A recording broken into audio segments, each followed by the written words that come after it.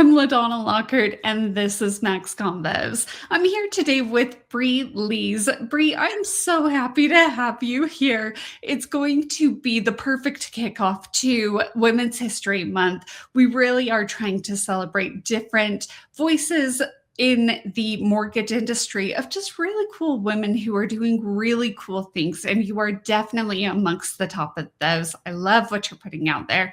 But before we get into all of that, let me properly introduce you. Again, you are Bri Lees. You're a fractional CMO, and you have an upcoming webinar that you're going to be co-hosting for the Mortgage Women Leadership Council. I'm actually a board member of that council, and we're so excited to have you there. So March 11th, if you haven't already done so, get registered for that. But I want to jump right into it with you.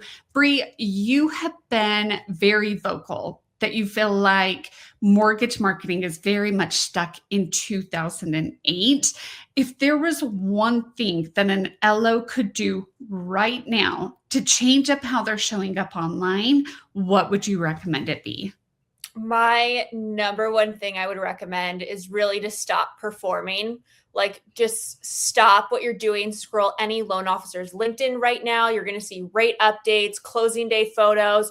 So grateful, for the Smith family, but nobody really knows who you are from that. Nobody. And so if you want to stand out, say something that you truly actually believe about the market, about your clients, about buying a home. One real opinion will do more for you and your brand in a year than, 30 days of content that says absolutely nothing. So the bar is so low. Just have a take, just like I have a take on social and content. And that's the best place for you to get started. I love that you say that the bar's so low, because I hate to agree with that, but you're right. It looks like everything that people put out there right now really is the same. It's like they all just copied and pasted right from each other. And so I love being able to just differentiate yourself. That really is going to help to set you apart right now. And I know for a lot of people, they like to blame compliance. Their compliance departments are the ones killing their posts. They're the ones who make it so that they can't be creative. Do you think that's fair, or do you think that's just an excuse?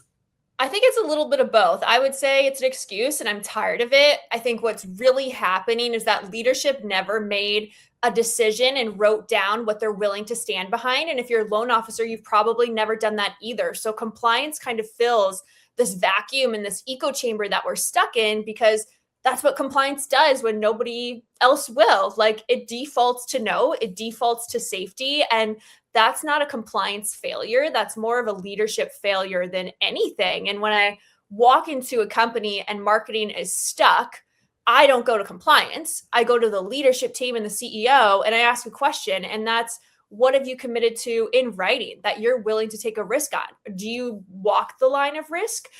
Are you super lenient, or are you really dry in what you're willing to change? Almost always the answer is no, we've never done that before. So I would really start there, and I wouldn't blame compliance. I would see how you can partner with compliance to make it make sense. But if we're all saying the same thing, we all have the same rules and regulations, we're all going to have the same exact brand.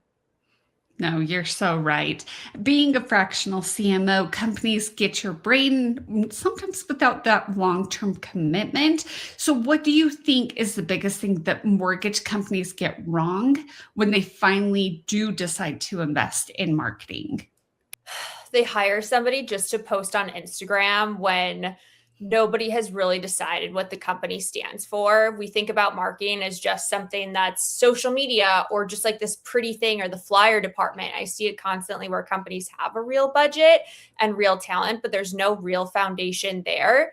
And you really can't execute your way out of having a positioning problem in your marketing. You just can't. And the saddest part is that a lot of times they walk away thinking that marketing doesn't work when marketing was never really given a real chance. And I see that all the time in the industry, both at lenders and technology companies, because the company hasn't decided what they truly stand for.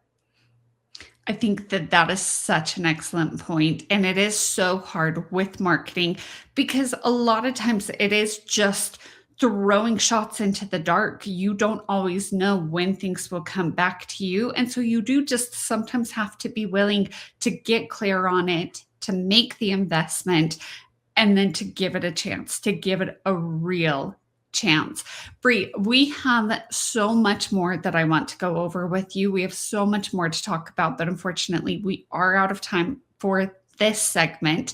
Let's hop over. Let's go do a Take It to the Max. I want to pick your brain on so many different things. So let's go ahead. Let's do that. Bri Lees, thank you so much for joining me. And again, I'm LaDonna Lockard, and this is Max Convos.